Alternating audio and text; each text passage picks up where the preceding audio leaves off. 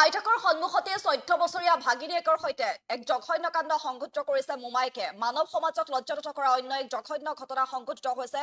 আমি দৃশ্যাংশ দেখুৱাইছো, যিহেতু অন্য এক নৃশংস ঘটনা আচলতে পোহৰলৈ আহিছে।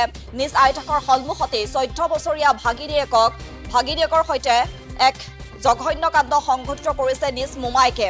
আৰু ইতিমধ্যে যিহেতু এই সমগ্ৰ ঘটনা পোহৰলৈ অহাৰ পাছতেই তীব্ৰ আচলতে প্ৰতিক্ৰিয়াৰ সৃষ্টি হৈছে, যেটো উল্লেখ কৰিব লাগিব। আইতাকৰ সন্মুখতে সেই 14 বছৰীয়া ভাগিনীয়েকৰ সৈতে যি কাণ্ড আচলতে সংঘটিত কৰিছে মোমাইকে, সেই ঘটনা পোহৰলৈ অহাৰ পাছতে তীব্ৰ প্ৰতিক্ৰিয়াৰ চেষ্টা হৈছে। আৰু যিহেতু উল্লেখ কৰিব লাগিব, যিগৰাকী আচলতে আইতাকৰ সন্মুখতে এই জঘন্য কাণ্ড সংঘটিত হৈছিলে, সেই আইতাকে ইতিমধ্যে সমগ্ৰ ঘটনা গাপ দিবলৈ চেষ্টা কৰিছে বুলি অভিযোগ উত্থাপন হৈছে। যিহেতু ডুমডুমা মহিলা সমিতিৰ সভানেত্ৰী তথা বীৰ বীৰাংগনা বীৰ লাচিত সেনাৰ মুখ্য আহ্বায়িকা ববী বৰাৰ উপস্থিতিত ভুক্তভোগী কিশোৰীগৰাকীৰ সৈতে হোৱা এই অপকৰ্মৰ বিষয়ে মাকুম আৰক্ষী থানাত অৱগত কৰিছিল আৰক্ষীয়ে। আৰু কিশোৰীগৰাকীক উদ্ধাৰ কৰাৰ লগতে সমগ্ৰ ঘটনা গাপ দিবলৈ চেষ্টা কৰা বুলিও ইতিমধ্যে অভিযোগ উত্থাপন হৈছে। লম্পট মোমায়েকৰ মাতৃ তথা কিশোৰীগৰাকীও আৰু লগতে আইতাকো কল্যাণী গোৱালাক আটক কৰি মাকুম আৰক্ষী থানালৈ ইতিমধ্যে লৈ যোৱা হৈছে। আৰু ইতিমধ্যে আৰক্ষীয়ে তদন্ত প্ৰক্ৰিয়া অব্যাহত ৰাখিছে। নিজ আইতাকৰ সন্মুখতে 14 বছৰীয়া সেই ভাগিনীয়েকক ধৰ্ষণ কৰি 6 মাহৰ গৰ্ভৱতী কৰালে নিজ মোমায়েকে। আৰু এই ঘটনাই এতিয়া তীব্ৰ প্ৰতিক্ৰিয়াৰ আচলতে সৃষ্টি কৰিছে।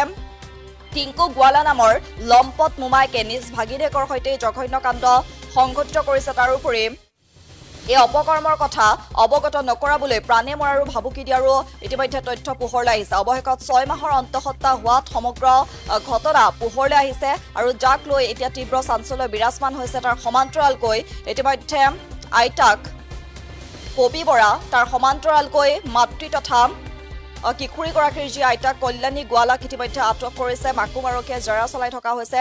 তদন্ত প্ৰক্ৰিয়া অব্যাহত আছে। কিন্তু মানৱ সমাজক লজ্জানত কৰা আচলতে অন্য এক জঘন্য ঘটনা বুলি ক'ব লাগিব। কিয়নো নিজ আইতাকৰ সন্মুখতে 14 বছৰীয়া ভাগিনীয়েকক ধৰ্ষণ কৰি 6 মাহৰ গৰ্ভৱতী কৰিছে নিজ মোমায়েকে।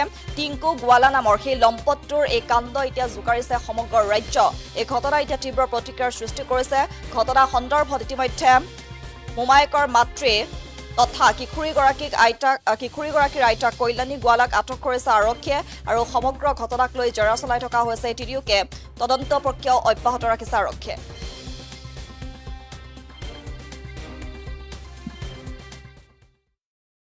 তাক কি কৰিলে কি নাই একো নাই, আমিতো নাজানো। মইতো বাগানে গুচি যাম কাম কৰিবলৈ। ইয়াক সুধিম তো ইয়াক ক'বলৈ যে মাৰিম ফিটিম ক'বকে জানে। সেইটো কাৰণেতো মইতো নাজানো সেইবোৰ কথা। জানিলে তো মই নিজে তাক ধমকি মাৰি তাকো তেতিয়া মই নকৰে। মই নাজানো এইটো কথাটো, জানিলেহে। একেলগে আছিলে তাৰ মামা আৰু সি একেলগে আছিলে একেটা ঘৰত, আপোনাৰ ঘৰত একেটা ঘৰ আছে মানে ডাঙৰকৈ আছে। ইটো মোৰ লগতে হৈ অকলে হৈ 1 সপ্তাহমান থাকিছিলে কিন্তু ল'ৰাটো আৰু নাই। তোমাৰ নিজৰ ল'ৰা ন? অঁ নিজৰ। এতিয়া কিমান মাহ হ'ল আৰু ইয়াত ইমান কিমানটো হৈ সুধিছা আকৌ মই কেনেকৈ জানিম। আপোনাৰ নিজৰ ল'ৰাই কৰিছে, তাৰ মামাই কৰিলে। ভালটো মানুহ নাই, নিজেতো কৈ আছে না ছোৱালীটো। তাই কি কথা ভয় খোৱালে, মোকতো নাই খোৱা মানে তাক কেনে কৰিবলৈ নিদিলে ছেকেণ্ড কেন ভয় খোৱাব, সেইটোৱে কথা। আমিতো নাজানো। মইতো 4 বজা ঘৰ সোমাম। তুমি কেতিয়া গম পালা? লাহেকৈ গম পালোঁ আকৌ মানুহকেইটা ক'লে কিমান কেনে হৈছে। মইতো এইবোৰ কথা ক'ত হয় ক'ত নাই সেইটো ঘৰততো নাই হয়। ৰাতিটো মোৰ লগত হয়। ল'ৰাটো অলপকৈ হ'ব হৈ গ'ল আৰু সেই কৈছে নাই এবাৰ নিয়া নাই। কিমান বয়স হৈছে নাতিনী? কিমান বয়স হৈছে? 16 চলিব। 16 নে 15? 16। তাক কি কৰিলে কি নাই একো নাই, আমিতো নাজানো। মইতো বাগানে গুচি যাম কাম কৰিবলৈ। বালিজান গাঁৱৰ এজনী 13-14 বছৰীয়া কিশোৰী নিজৰ মোমায়েকে মানে বলাৎকাৰ কৰি ধৰ্ষণ কৰি তাইক মানে 6 মাহমানৰ চাগে ছোৱালীজনী গৰ্ভৱতী হ'ব। ছোৱালীজনীৰ মাক দেউতাক নাই কাৰণে কেঁচুৱা অৱস্থাৰ পৰাই ছোৱালীজনীক আইতাকে তুলি তালি ডাঙৰ দীঘল কৰিছিলে। আৰু যিখিনি কথা গম পাইছোঁ মানে ইমান ভয় লগা যে আইতাক লগত থকা অৱস্থাতে ছোৱালীজনীক একেটা ৰুমতে তেওঁলোক থাকে। সেই ৰুমৰ ভিতৰতে ছোৱালীজনীক মোমায়েকে ধৰ্ষণ কৰিছে, আইতাক কাষতে শুই থাকে, আইতাকে গম পায়, অথচ আইতাকে কোনো ধৰণৰ প্ৰতিবাদ নকৰিলে। গাঁৱৰ মানুহে একো কথা গম নাপায়।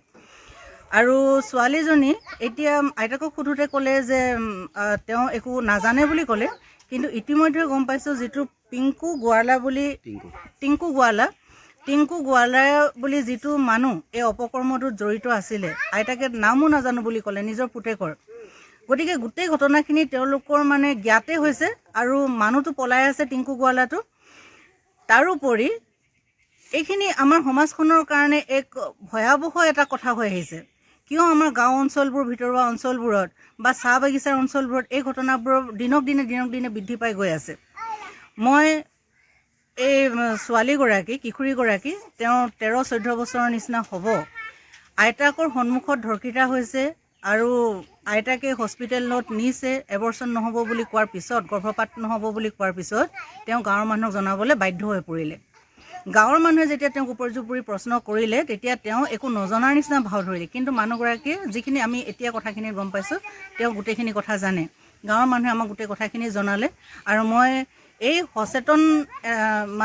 সচেতনতা লোৱাৰ কাৰণে, কথাটো গম পাই লগে লগে আমাক দেৱজিৎ বৰুৱাই কথাখিনি জনালে বা মাতি আনিলে বা এটা বিহিত ব্যৱস্থা লোৱা হ'ল। থানাৰ পৰা, মাকুম থানাৰ পৰা পুলিচ আমাৰ বিষয়াসকল আহিলে। তেওঁলোককো ধন্যবাদ দিছোঁ যে তৎকালীনভাৱে তেওঁলোকে পদক্ষেপ ল'লে। আমি এই গাঁৱৰ সমূহ ৰাইজক ধন্যবাদ দিছোঁ, তেওঁলোকেও সৰব হৈছে এই গোটেই অপৰাধখিনিৰ বিৰুদ্ধে। আশা কৰোঁ দোষীয়ে উচিত শাস্তি পাব।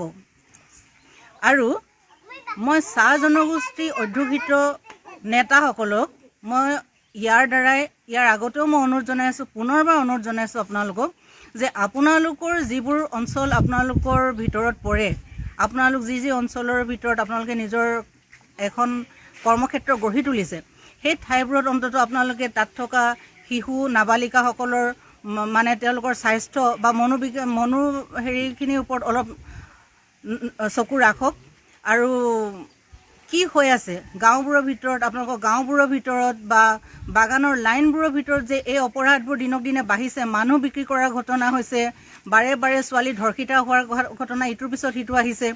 এই ঘটনাবোৰৰ মানে এগেইনষ্টত আপোনালোকে কি ধৰণে মানে এটা কাৰ্যসূচী ল'ব পাৰে, সজাগতা কিছুমান সভা কৰিব পাৰে, এইবোৰৰ বিষয়ে আপোনালোকে অলপমান কথা আলোচনা কৰক আৰু আগবাঢ়ক। মই ভাবোঁ যে তেতিয়া অকণমান হ'লেও সমাজত কিছু হ'লেও নহ'লেও মানুহে বুজি পোৱা অৱস্থা হ'ব। আৰু চৰকাৰৰ পৰা যিবোৰ আমাৰ সাহায্য আহি থাকে, চৰকাৰে অনেক আঁচনি দিয়ে, আমি বহুত আঁচনি পাওঁ, কিন্তু আমি মানে যিখিনি মানুহে পাব লাগে সেই মানুহখিনি প্ৰকৃতপক্ষ নাপায়গৈ। মাজৰ মধ্যভোগীখিনিয়ে জানে যে ক'ত কি হৈ আছে। তেওঁলোককো আহ্বান জনাওঁ যে তেওঁলোকে এই কথাবোৰৰ ওপৰত অলপ মন কাণ দিয়ক আৰু যিটো চৰকাৰৰ পৰা আমি প্ৰকৃতপক্ষে পাব লাগে, দুখীয়া মানুহখিনিয়ে বা এই শিশুসকলে যিখিনি পাব লাগে সেই আঁচনিবোৰ তেওঁলোকে পোৱাৰ ব্যৱস্থা কৰিবৰ কাৰণে আপোনালোকক মই বিনম্ৰভাৱে অনুৰোধ জনালোঁ। যিকোনো খবৰৰ বাবে যোগাযোগ কৰক 7099017330 লগতে 7099017110 নম্বৰত। যিকোনো খবৰৰ বাবে যোগাযোগ কৰক 7099017330 লগতে 7099017110 নম্বৰত।